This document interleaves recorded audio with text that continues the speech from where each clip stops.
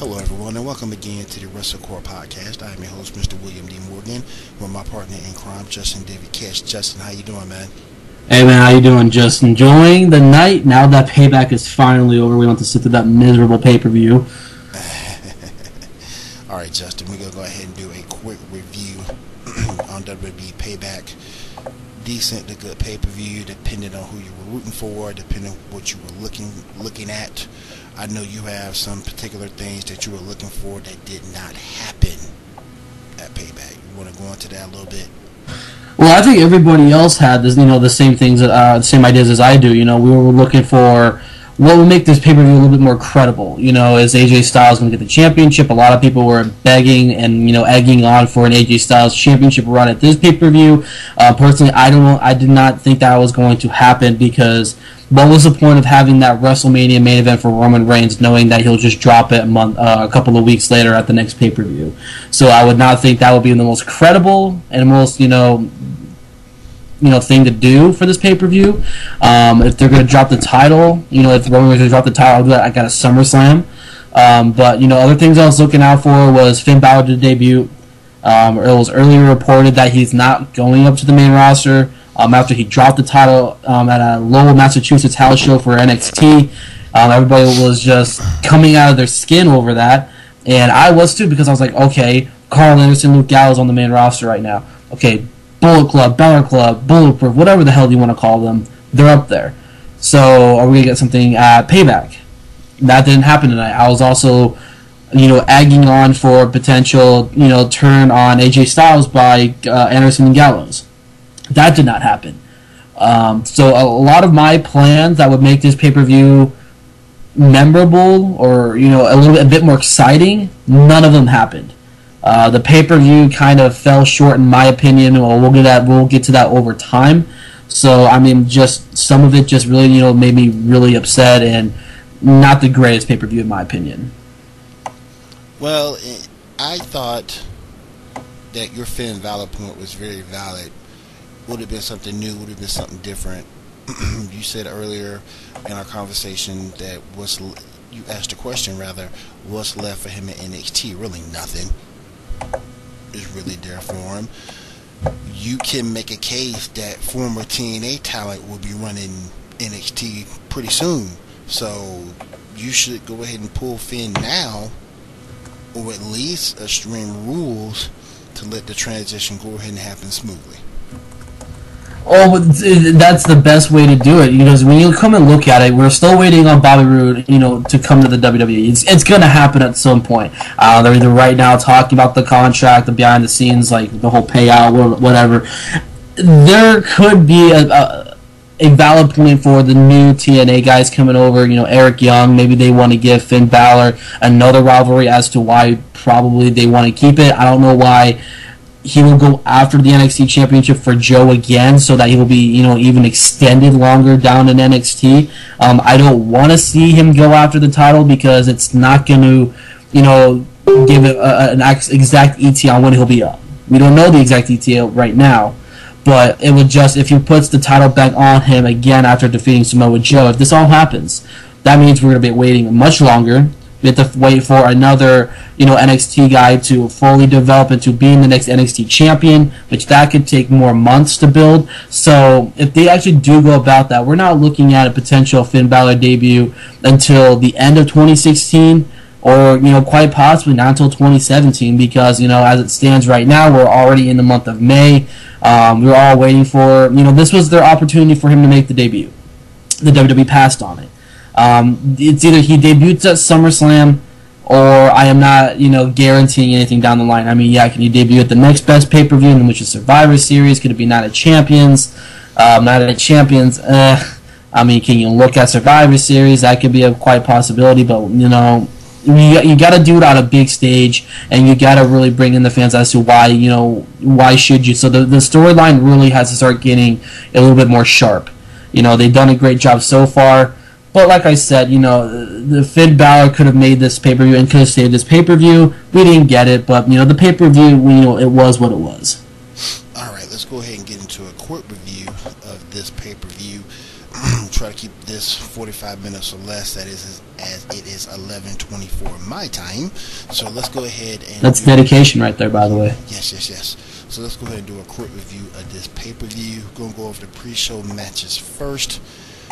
Oh boy, Baron Corbin versus Dolph Ziggler. Dolph Ziggler gets the win. I thought both guys looked okay, in my opinion. I thought Baron was going to get this win at first, but Dolph turned it around and pulled out a sneaky one. What did you think about that match?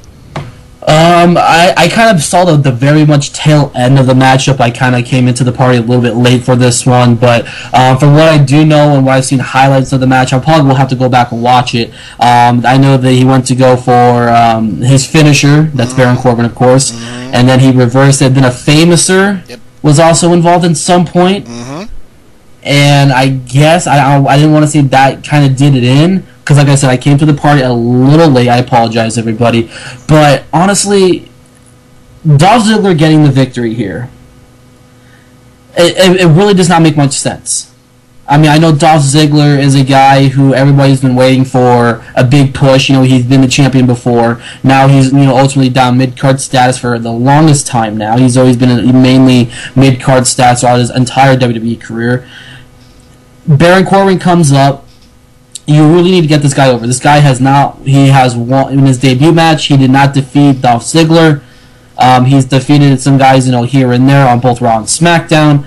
His first pay-per-view match, you've got to let him win this matchup. Why he needs to, get over. He didn't really much get over. He lost the match to Dolph Ziggler, and this is a feud that's going to continue to build. And am I looking forward to it for a decent mid-card rivalry? It's all right. It's not the best thing I would put on, but it is what it is. It's something that's it's still slowly developing into something amazing. I still think that Baron Corbin, they're doing Baron Corbin good right now. They're giving him more extended matches. None of this 30 seconds or less kind of matches. I kind of like the whole fact that they're seeing what he can do in his arsenal in the ring. I love what he's doing so far. His in-ring skills has improved over time. But putting him into a rivalry with Dolph Ziggler, it's going to elevate him a little bit more because, that's a big superstar, a former world champion. And it's just not a good start in my book. But, hopefully over time, this could end up being like a series of matches because this was officially was supposed to be on the pay-per-view card or the WWE Network special portion of the event. But it got booked back down to the pre-show. So I mean, hopefully they do get a match at Extreme Rules. Possibly maybe chairs match. Hopefully not a stairs match like we saw last year with Big Show and Eric Rowan.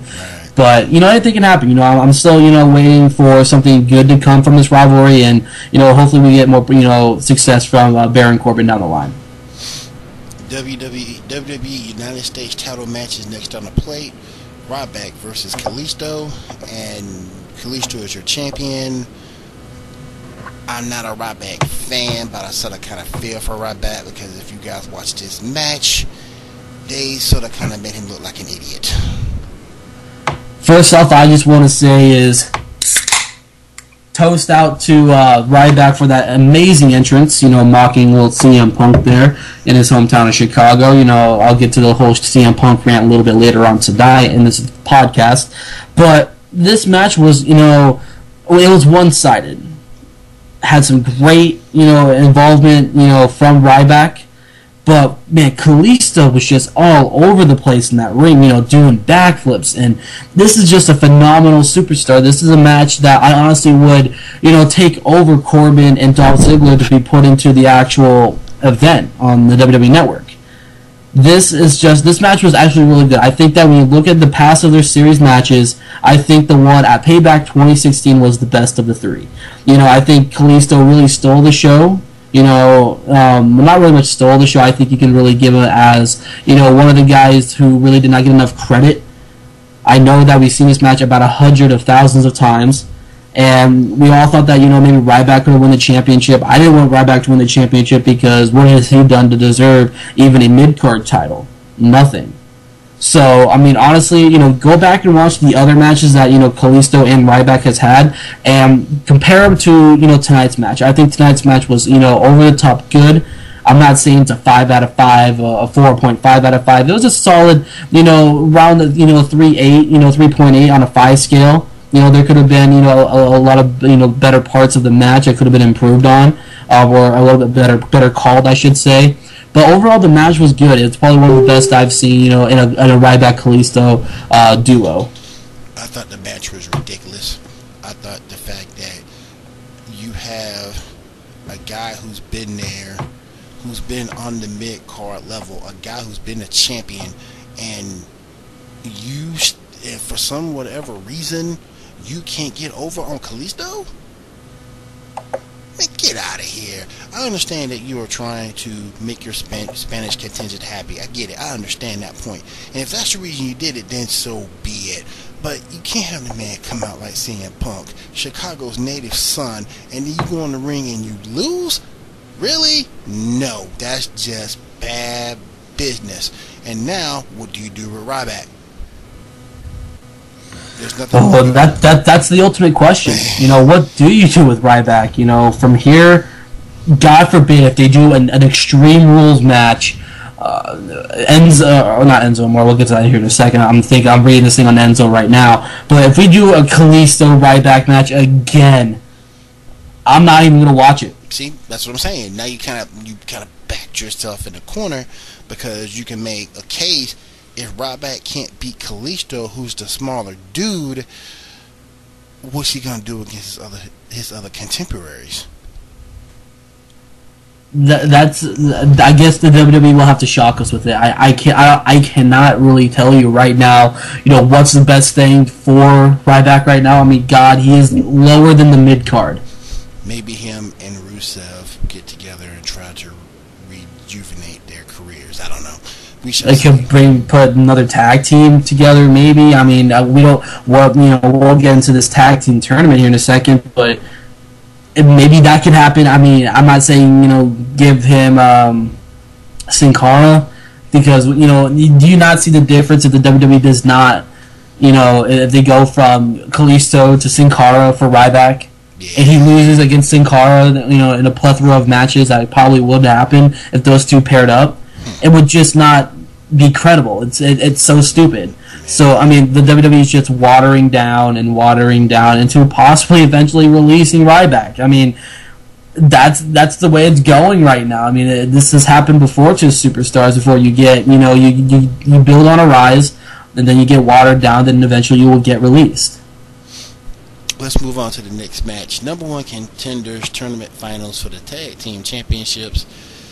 Enzo Amore and Big Cass versus the Vaudevillains. In this match, Enzo suffers an injury. Last word that I've gotten is that he has suffered a concussion. Justin, have you gotten any updates on Enzo? Basically, what Michael Cole said before the World Championship match, just a basic concussion. Which is bad, but then again, it's good because we don't want to see. Enzo Amore, breaks his neck. That was a pretty, vicious, throw against the ropes by Simon Gotch. That was this is just, this is what the Beast does in wrestling. A lot of people say wrestling is fake. Look at tonight. I think when people say wrestling is fake, they're probably the most dumbest, unknowledgeable, people in the world of sports. Wrestling is a sport. I cover it on this website. I cover it on the YouTube channel. I love the sport. And for people to go out and say, pro wrestling is fake, it should be banned, blah blah blah blah blah. You guys are the idiots. They put their bodies on the line out there. You know what? You do get injured, and this is what happened. This is what being a professional wrestler is. You do get injured, you do have to recover, then you go back into the ring, and you try to strive for greatness. You leave your name out there. Little kids grow up looking up to these guys. I grew up to guys like Stone Cold and The Rock. This is professional wrestling. You will expect to get injured at some point. And tonight, it was unfortunate. It's a very sad thing what happened to Enzo. Hopefully, he does get back, sooner rather than later. So, and maybe it's going to end up being a couple of weeks so we see him back on Raw. But from here, if you look back into the the WWE storyline portion of it, how did they go about this tag team tournament? Which I honestly thought was an okay tag team tournament. Sponsored by Bootios for you big fans out there. Oh, this is really up to what's going to happen up on Raw. Maybe you can open up an opportunity for Anderson and Gallows to face the Vaudevillains, because I don't think Cass is going to find another tag team partner. I know they're going to put Enzo Amore on the shelf for a couple of weeks, like I said. So this could be an opportunity for Anderson and Gallows to put into a number one contender shot against the Vaudevillains, because they are the hottest team on the scene.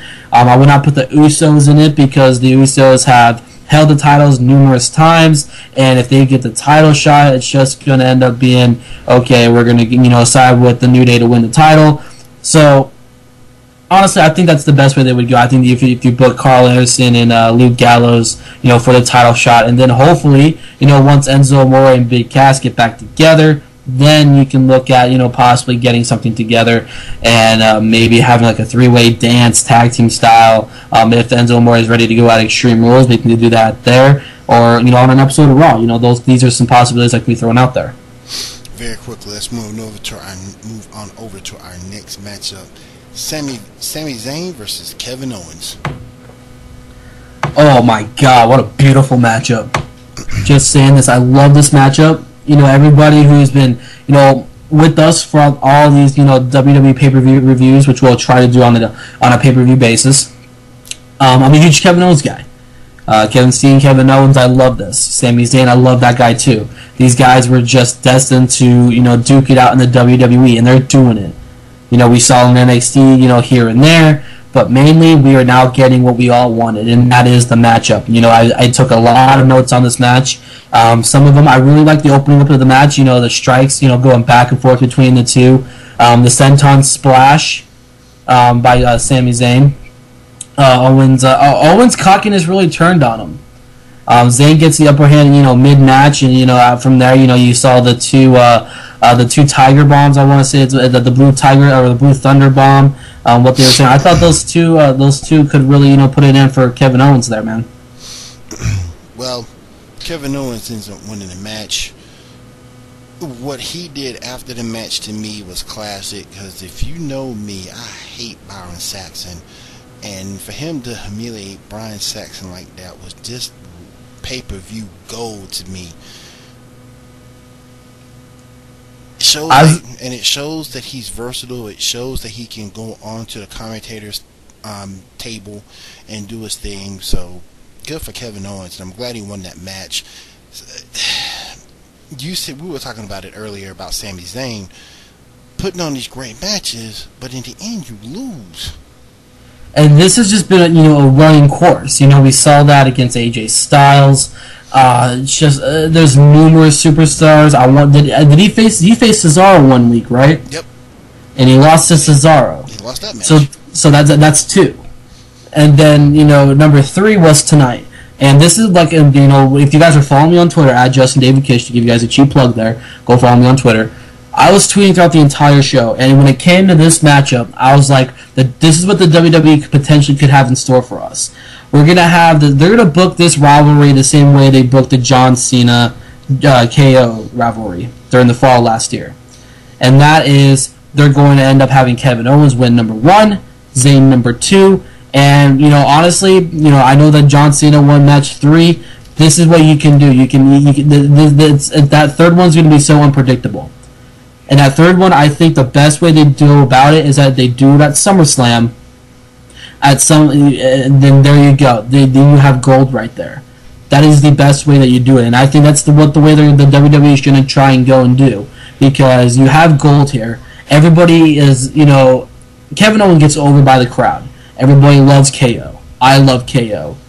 Sami Zayn, everybody loves Sami Zayn. So you have two guys who get over by the crowd, who put on excellent matches. So why not, ride this all the way up to SummerSlam? You end it at SummerSlam, and then you can honestly, look in other directions. I know Kevin Owens said he wants to go after the Intercontinental Championship, but where does he fit into it? Can he win, the Intercontinental Champion in, midway to SummerSlam? Could Kevin Owens win the IC title and then potentially end up defending it against Sami Zayn at SummerSlam? Maybe that, third and final match could be, high stakes. It could be for the IC title. And maybe that is where, Sami Zayn could get his first, major WWE title, and that is getting the IC title if he does defeat Kevin Owens. Because, honestly, I think Kevin Owens should still be the Intercontinental Champion, because now you have, a title on the line, you have a title in the fold of this rivalry, but, he lost it at WrestleMania, Zack Ryder, and, The Miz won it the night after WrestleMania. Mm-hmm. It's a big clusterfuck with the IC title. So, I mean, for what it is, like I said, the Miz should not be holding on to that title, and then you also got to bring in Cesaro. So the whole IC title picture, it's a big clusterfuck of a division right now. So hopefully, that could be a possibility, and they ride it the way I said it. So that could be a good business. Best for business, that's for sure. Let's move on to the next match. Man, you kind of brought him up a little bit. WWE IC title match: Cesaro versus The Miz. The only reason why I want to even see The Miz is because of Maurice. Other than that, in my opinion, The Miz can go to hell. And Maurice has got a little bit on the thick side too. But I just don't think The Miz is a very good wrestler. And I was sort of kind of shocked that they have him go over Cesaro in this match. And this is what we were talking about the entire night, during, building up for the podcast. This was a one-sided match. And I completely hate, these one-sided matches. It bores me to hell. When one guy is dominating the match, the entire time, it really did kill me. And, we'll get into a match later on that I said it really dragged on. But this match kind of dragged on a little bit. But, what really made me really excited for this match is the fact that Kevin Owens is on commentary. My guy, he gets the VIP treatment, gets the very comfortable chair, taking Brian Saxton's chair. Saxton has to sit in the fold-up metal chair. I thought that was the funniest thing ever. But, then again, this match did have, the finer points from the one-man Cesaro. Mr. James Bond himself. That tilt-a-whirl backbreaker. He did the running uppercuts in the corners. I think he got all four corners. Ended up, turning Miz, in the tilt-a-whirl kind of thing that he does. I think it was 21 times, which I think was a record for the most turns that he's ever done. I think so. But, from there, Sami Zayn randomly comes out of nowhere. Sami Zayn comes out of nowhere, attacks Kevin Owens, and this is what really fucks up the match and what really irritates me, because we've seen this happen time and time again.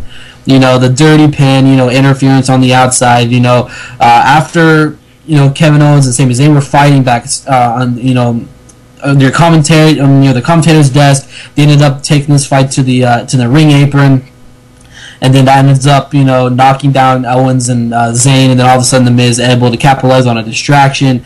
1, 2, 3, dirty pin, holding the tights of Cesaro, getting the victory. And you know what? The match, like I said, really dragged on. There was nothing. It was just one-sided. I didn't really rate this match very good. I gave it a 3.4 out of 5. I was just not really feeling it. I think, The Miz was just dominated. The Miz is... I'm not a fan of The Miz. I don't think he should be champion. I don't think he should be deserving of a champion right now. It's just a piss poor excuse. I think it's just to get more light on Maurice, because now that she's back with the company, she's going to be on the new season of Total Divas. Yes. So I'll get excited for that. So I guarantee I probably won't be watching it anytime soon, unless it's on the network for $9.99. So no. But like I said, the match really just, I did not like it. I didn't really care for it. 3.4 out of 5 because, I give it the rating because Kevin Owens is, just gold on commentary, and Cesaro was just dominating The Miz. I really like the, Kevin Owens, after, the whole mayhem of the match, that he's going after the IC title, which could build up to a potential IC title down the line. Hopefully, if KO does regain the title, and hopefully we do get that third match at SummerSlam for the IC title, Owens versus Zayn. Next match on the docket, the match that took forever, took an eternity. You could have wrote a book in the time this match took place. Chris Jericho versus Dean Ambrose. Dean Ambrose is the winner here, but this match took forever. What were your thoughts on this match? Basically, it's a match that I've seen, 1,000 times, but different wrestlers. It's, Chris Jericho in the ring. I like Jericho, I really do. Typical heelish Jericho doing typical Jericho things. hiding with the referee, hold on to the legs. Nothing really too exciting. The match just dragged on, and I mean dragged on. Ambrose gets hot in the mid-match, with the reverse DDT. The running bulldog was great. The elbow drop into reverse walls of Jericho. Walls of Jericho was put into, I think, more than one or twice. I want to say maybe 3 times in the match. I know they tried to do it once in the ring, the beginning of the match, once on the announcer's table, in which Ambrose goes flying.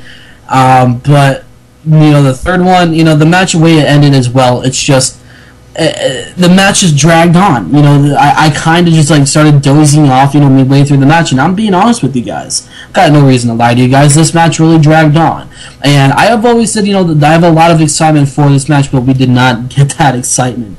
I've always felt that Jericho and Dean Ambrose could bring something special.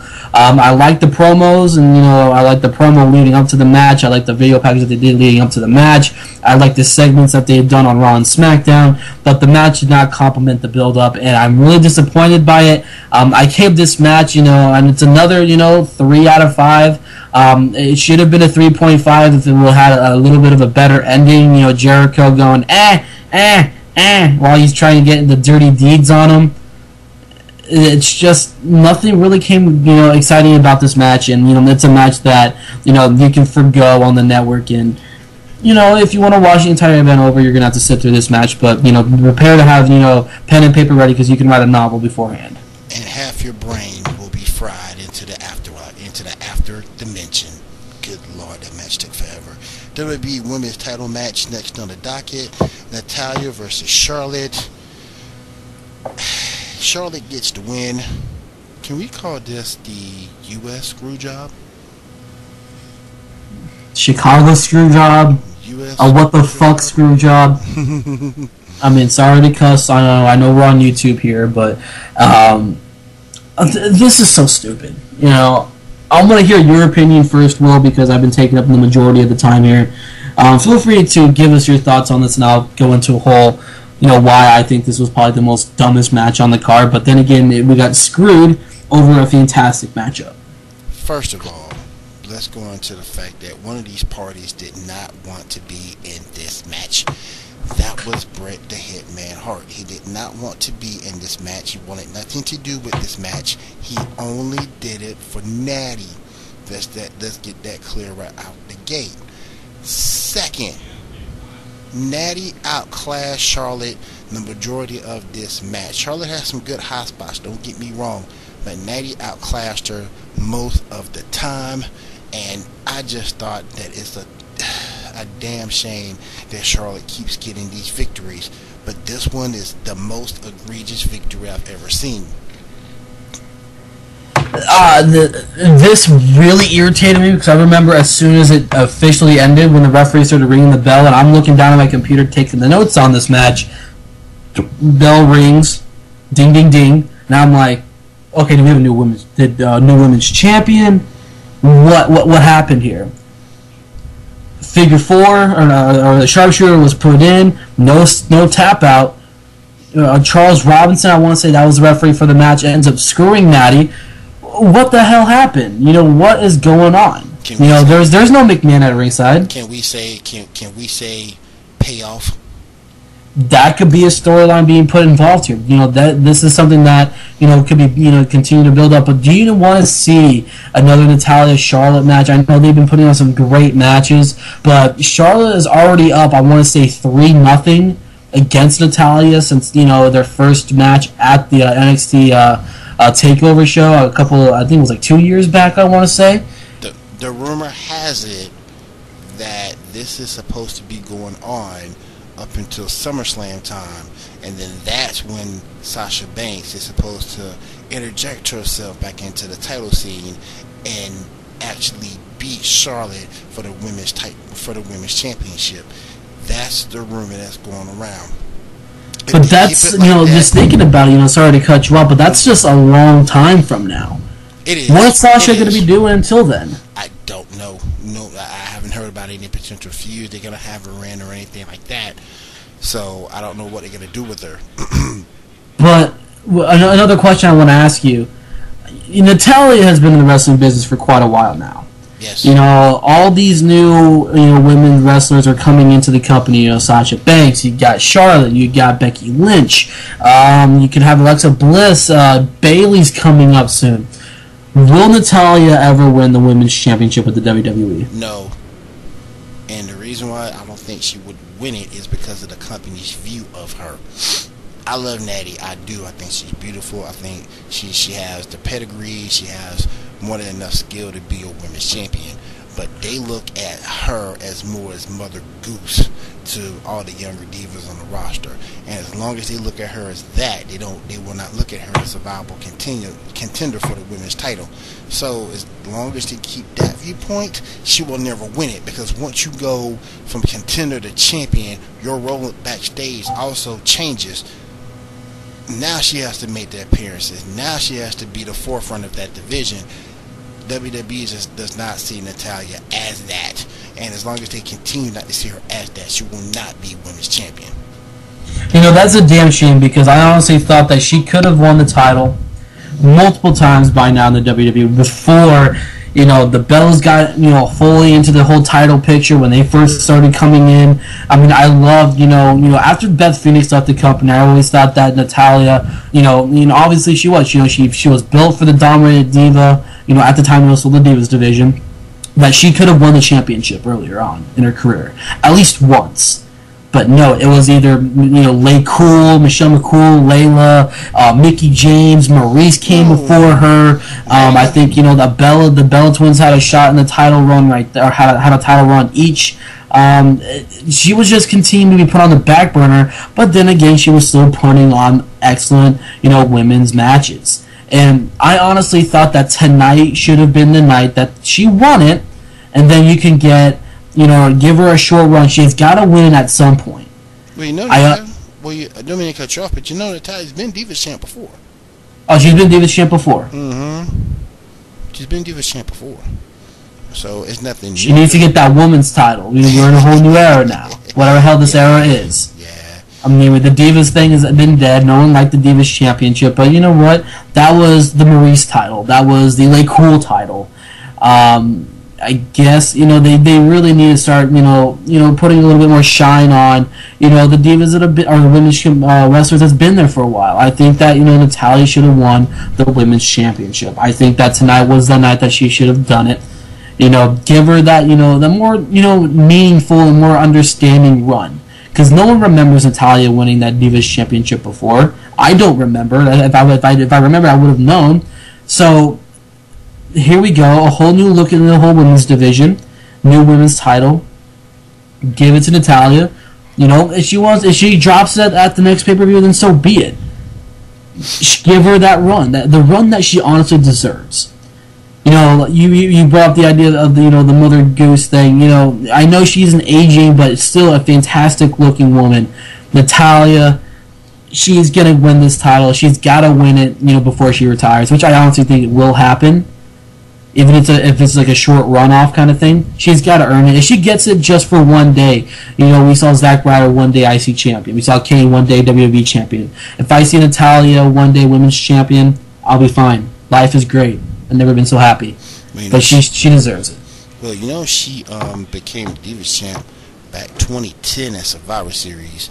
She beat Lay Cool. But it was Lay Cool. She beat Lay Cool, and she won the WWE Divas Champ. It was a 2-on-1 handicap match, and that's when she won the Divas Championship for the very first time. Yes. In a slobber knocker of a 3-minute 40-second match. She lost it to Eve, so you know. But she has been Divas Champ before, so being a champ is nothing new to her. But it's just few and far between. I also think she had to piss somebody off in the bag. She had to. At some point.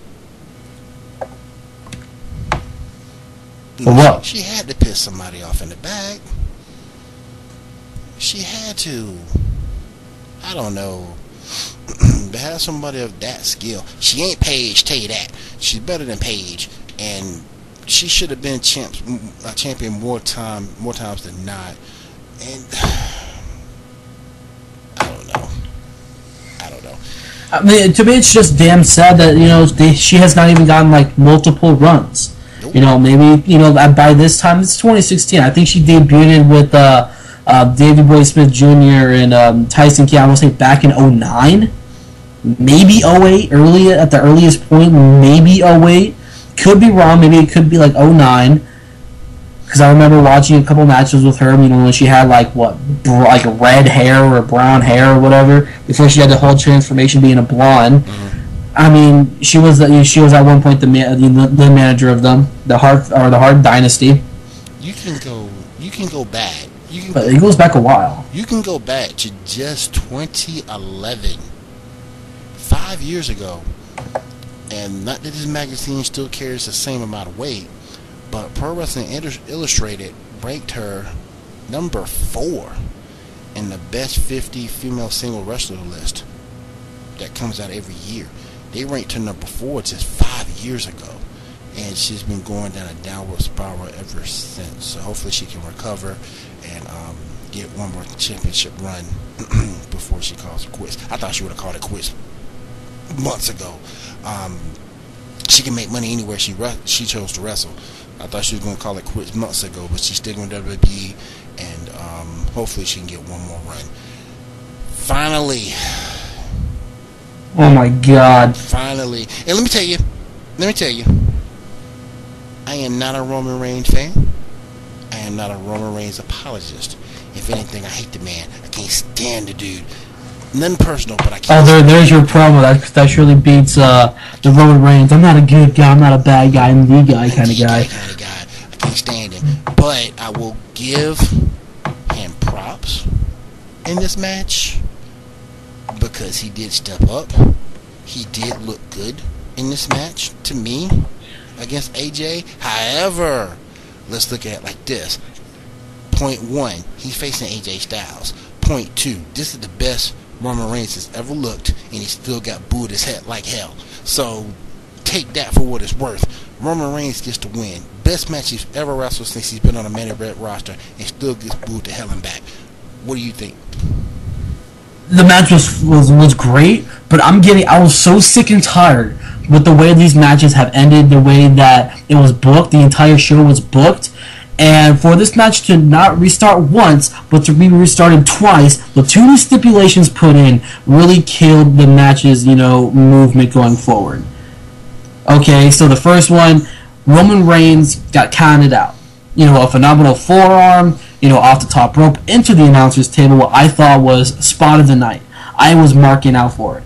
AJ Styles is probably this generation's best wrestler.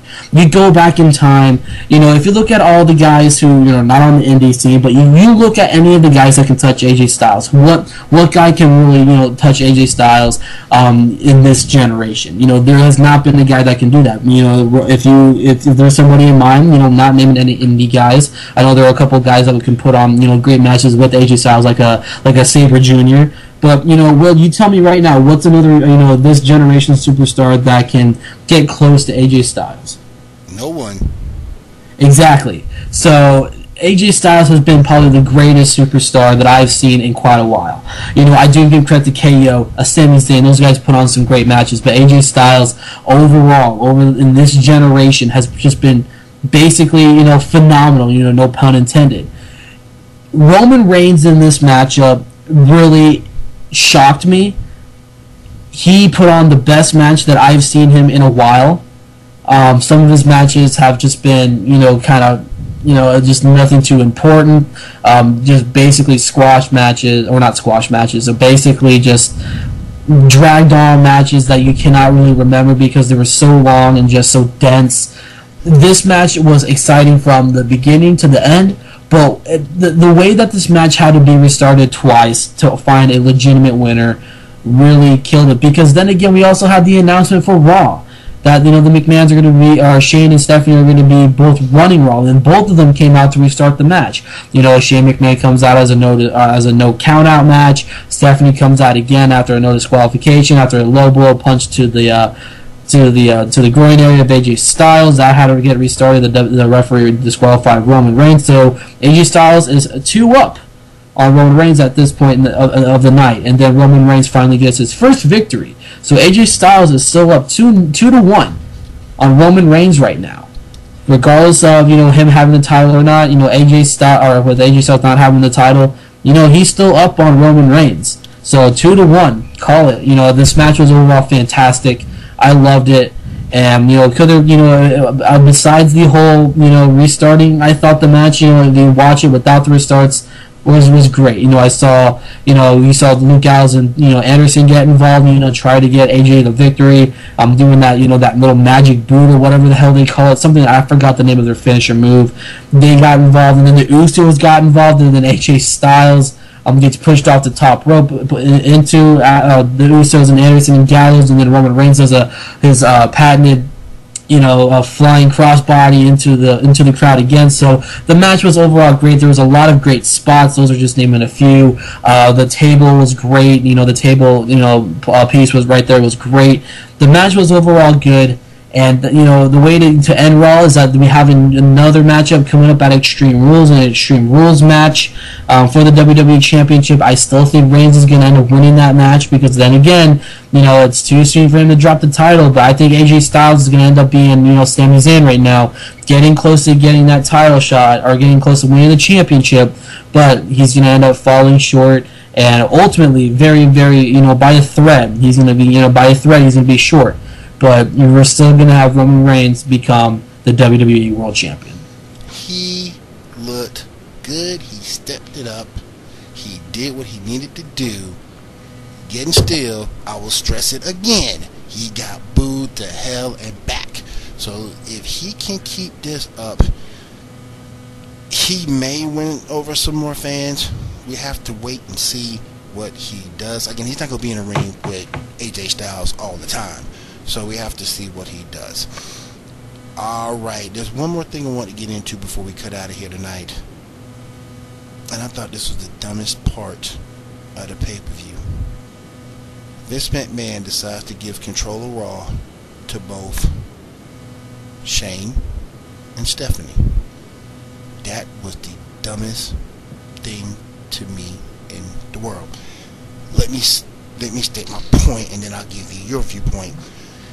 If you wanted to take WWE in the next direction, wouldn't it make sense to have Shane as your main controller of Raw? Wouldn't that make sense? Wouldn't that be a viable thing? You bring up your NXT stars, you bring in these new viable matches. Stephanie to me is still same old hat.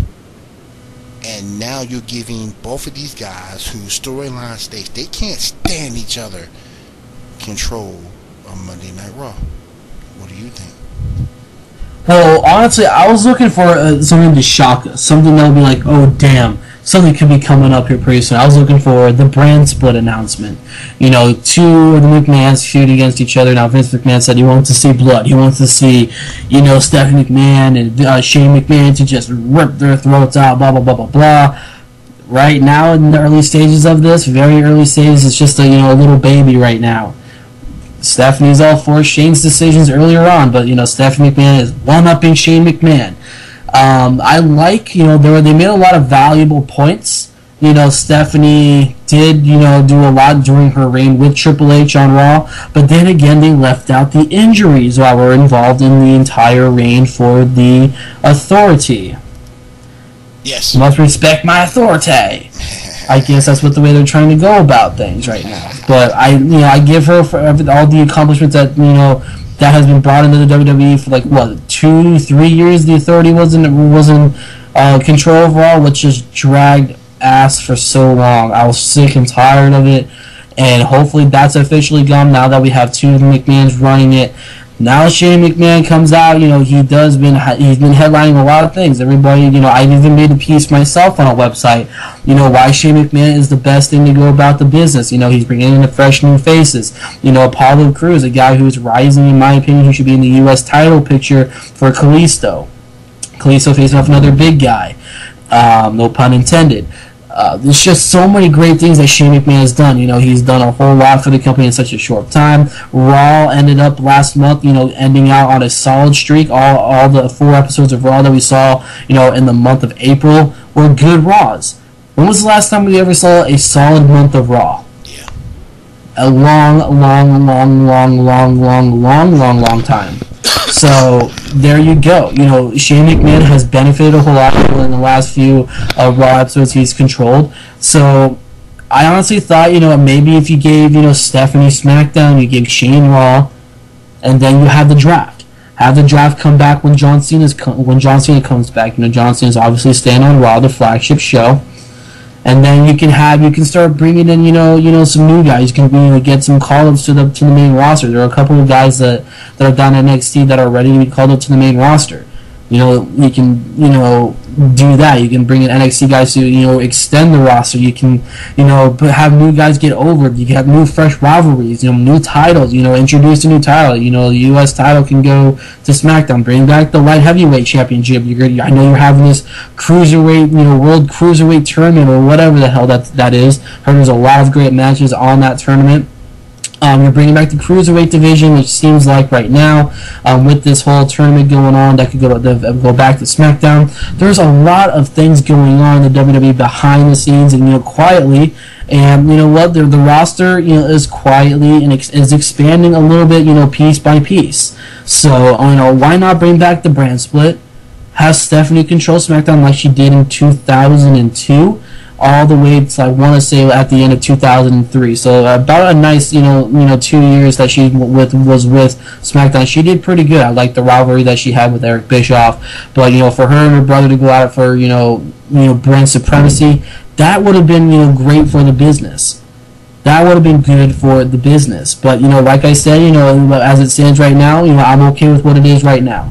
We do have one title. We have one brand. We have every superstar together. Everybody's buying to get it in. Everybody's trying to get that main title, the WWE title. AJ Styles is that guy that's rising up a lot of boards right now to become the next WWE champion. But it's going to take time. Honestly, right now it's all about good decision making. Can Stephanie McMahon and Shane McMahon coexist? I think it's going to end up getting rocky down the line. I think Triple H could be getting involved, sometime soon. I think 2-over-1 is going to be a big power reign. So, Mr. COO Triple H. So, it's going to be pretty interesting. This storyline is going to go down as one of the most interesting storylines in 2016. How long will this go? How long Shane McMahon will be with the company? Is it going to end up being long-term for sure? Is this just going to end up being a couple of things and then Shane can be off TV?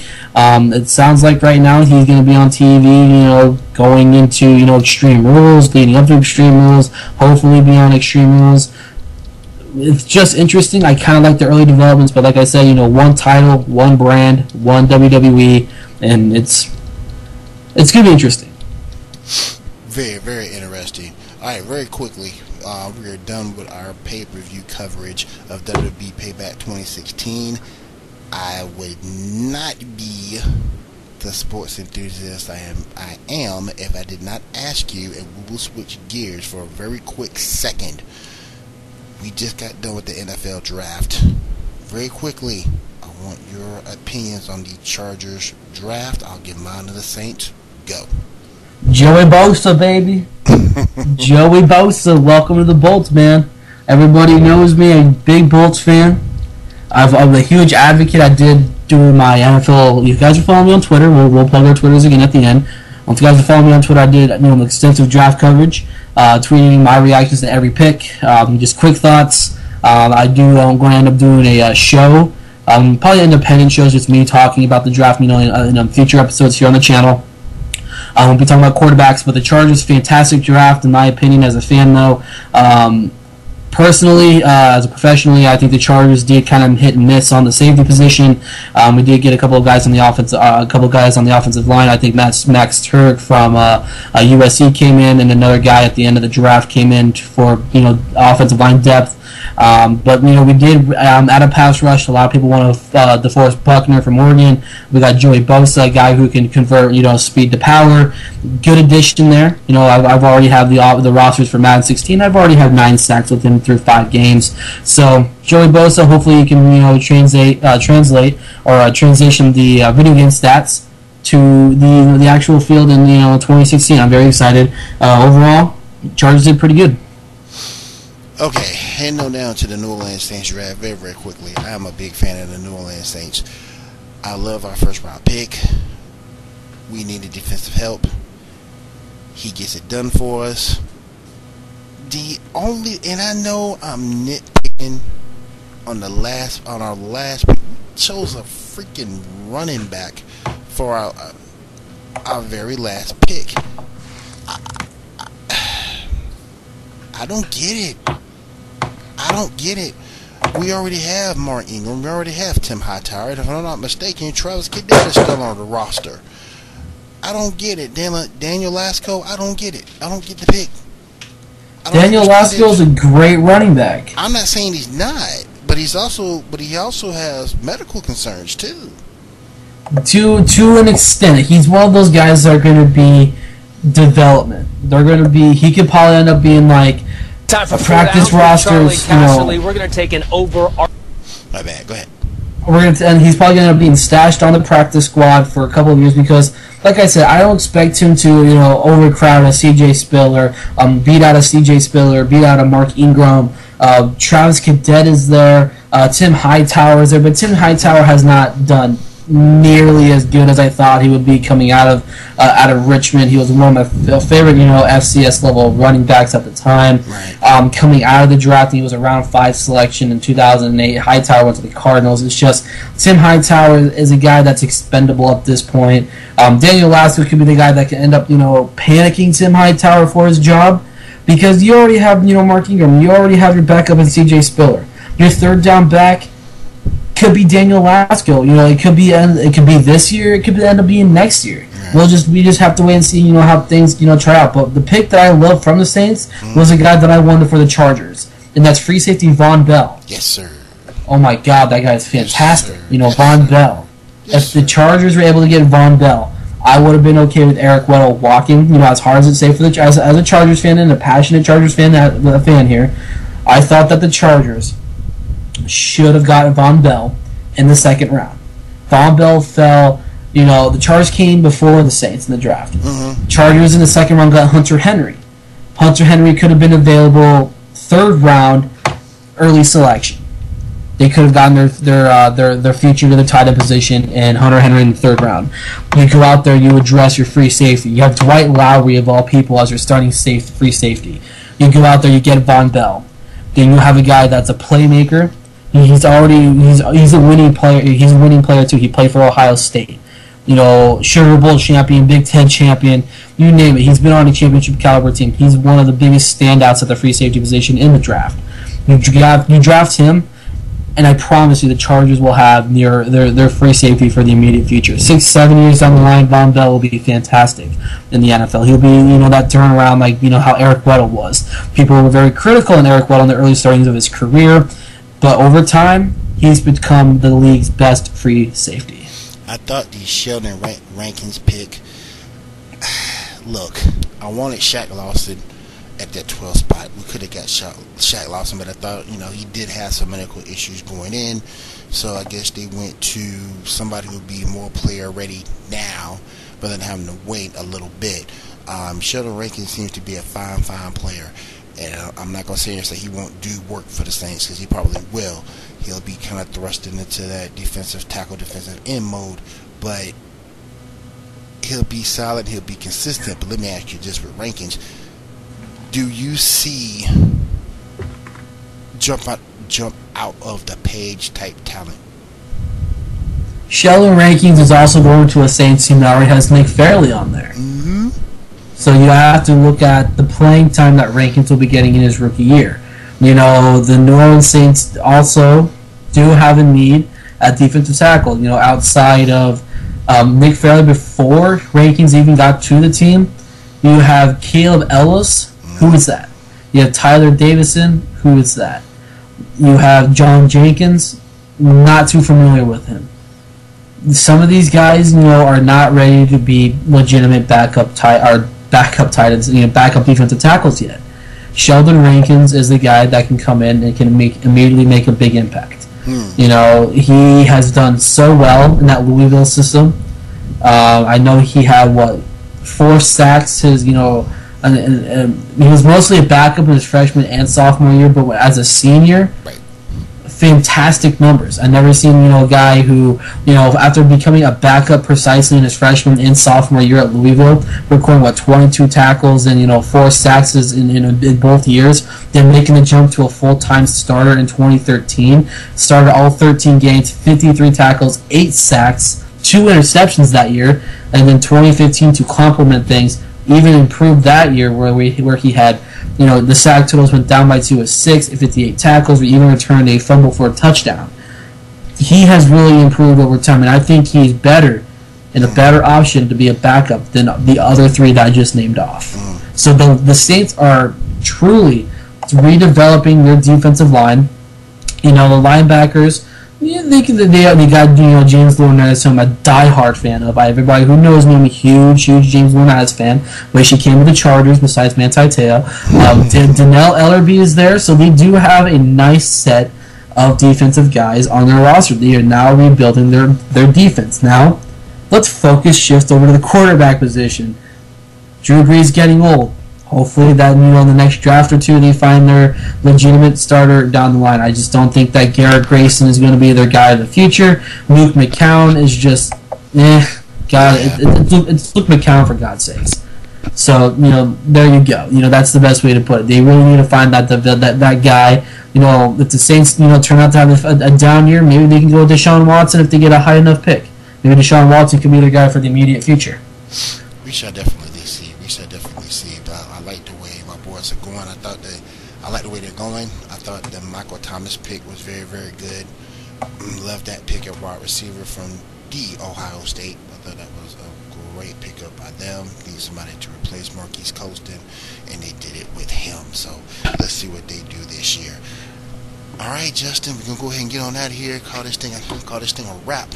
We'll be doing another WWE pay-per-view coverage. Extreme Rules will be our next one.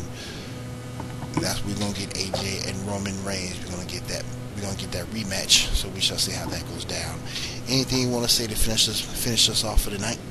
No, just thank you guys for checking out the video or podcast. I really do appreciate you guys taking the time, checking it out. Keep on clicking that subscribe button. Let's get to 450 subscribers. Let's go to 500 by the end of the month. We need your guys' support. This is the main reason why we come on here. Every single pay-per-view. We're going to try and do it every single pay-per-view. We're going to keep on giving you guys the best coverage, our thoughts, our opinions on it.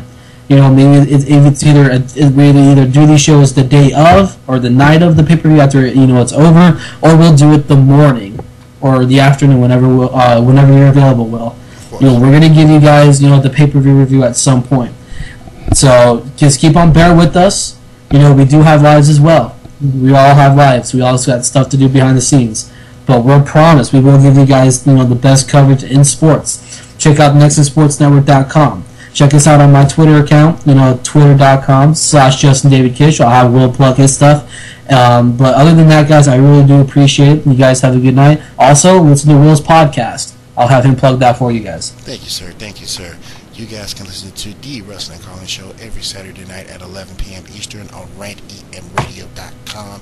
Myself, William D. Morgan, and my co-host, Big Tone, break down the week in wrestling like no one's ever can do it for that week. We take your phone calls, we take your emails, so we'll get your thoughts and opinions out there in the world of wrestling or anything else you would like to talk about that night.